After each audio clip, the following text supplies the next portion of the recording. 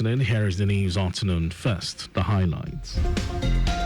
Lagos State Consumer Protection Agency launches Rights Club for NYSC members. INEC to commence nationwide continuous voter registration ahead 2027 general elections. On the front, Ethiopian troops execute aid workers in Tigray. And in sports, Nigerian striker Umar Abubakar joins Portuguese club Famalicão. And now the details. I am Mike James.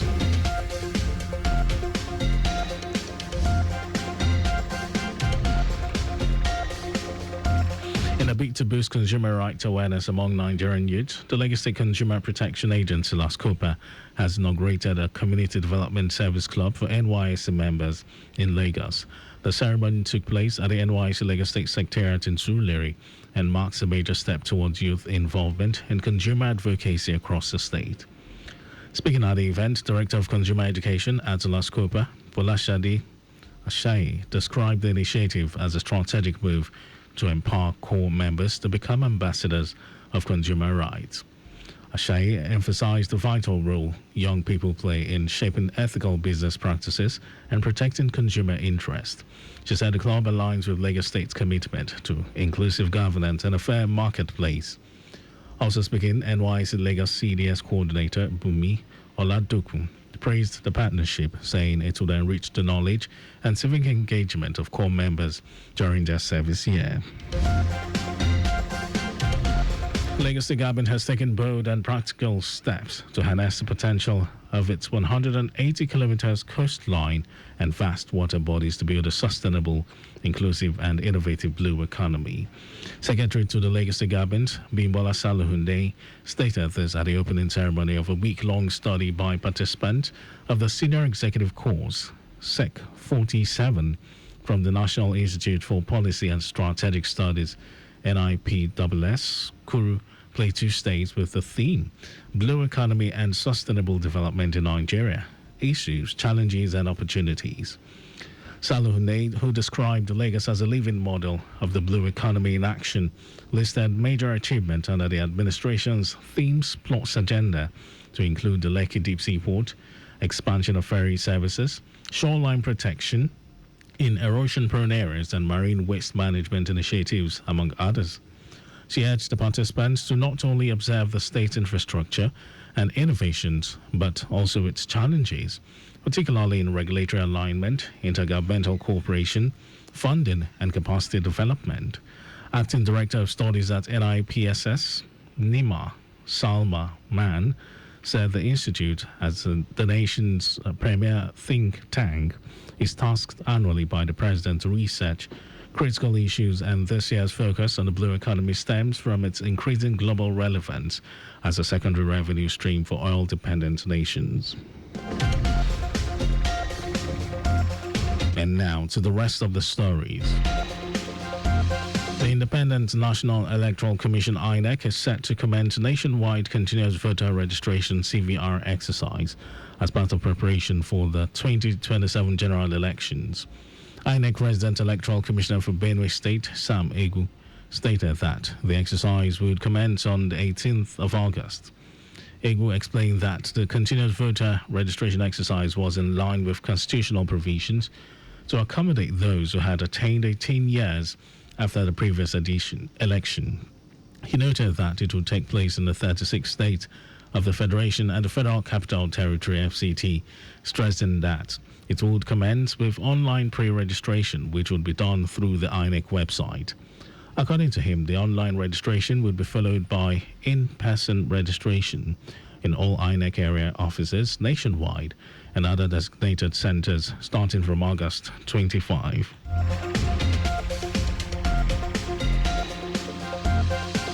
The federal government has postponed a special Federal Executive Council session earlier planned in honor of former President Muhammadu Buhari as preparations continue for his burial in Daura, Katsina State.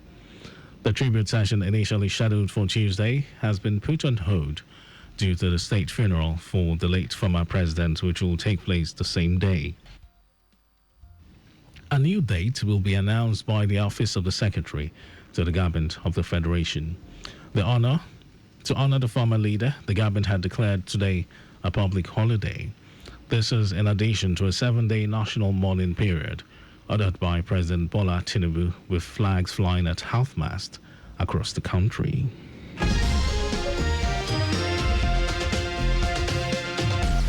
The All Progressives Congress APC State Chairman Forum, on behalf of the entire party structure across the 36 states and the Federal Capital Territory, has expressed deep sorrow and profound grief over the passing of former President Muhammadu Buhari.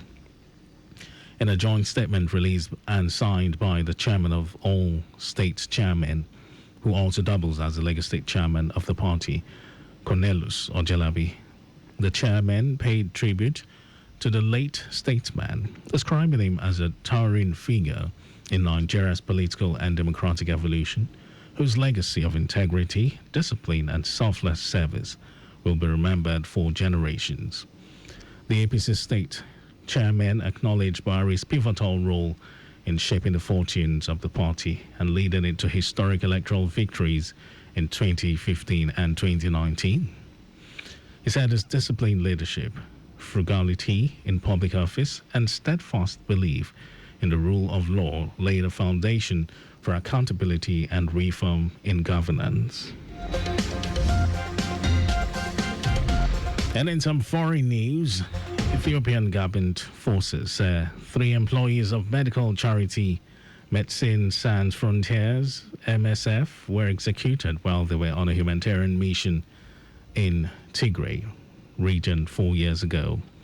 General Director of MSF Spain, Raquel Ayora's comments came as MSF released its findings into what it called the intentional and targeted killing of the 3 employees, a Spanish national and 2 Ethiopians, at the height of the now ended Tigray conflict. MSF said it is releasing its findings as the government had failed to provide a credible account of the deaths despite 20 face-to-face meetings over the last 4 years. 35-year-old Spaniard Maria Hernandez, along with 32-year-old Johannes Halfom Rida and 31-year-old Tedros Gabri Mariam, were killed on 24th June 2021 while traveling in central Tigray to assess medical needs.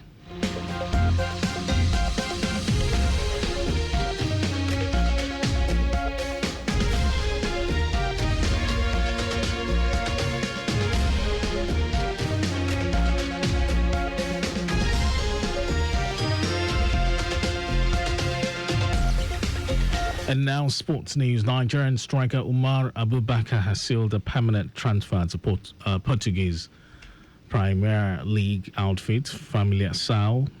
Abubakar, who linked up with the Famaliccenses from academy side Footwork FC, puts pen to paper on a 5-year contract. The youngster spent last season on loan at the Belgian club Young Gens, where he scored 21 goals in 27 matches. The 19-year-old expressed his delight after signing his contract. Abubakar is also eager to have a successful spell at the club. And that's the end. That's our news at noon. Just before we go, slow down at road junctions, intersections, and pedestrian crossings. You can follow us and like all our various social media platforms. On X, Traffic Radio 961. Facebook, Lagos Traffic Radio 96.1 FM. On Instagram, Lagos Traffic Radio 961. Subscribe and watch our news and programs. It's live on YouTube, Traffic Radio 961. Our website is www.trafficradio961.ng. You can listen to Lagos Traffic Radio live on My Lagos app for timely updates. Did you know that the Sanwo-Olu administration introduced the Lagos Economic Acceleration Program, LEAP, to reduce the effect of COVID-19 pandemic on small businesses? You can always get more details on the Legacy Government website. And to end the news, here are the highlights of the major stories.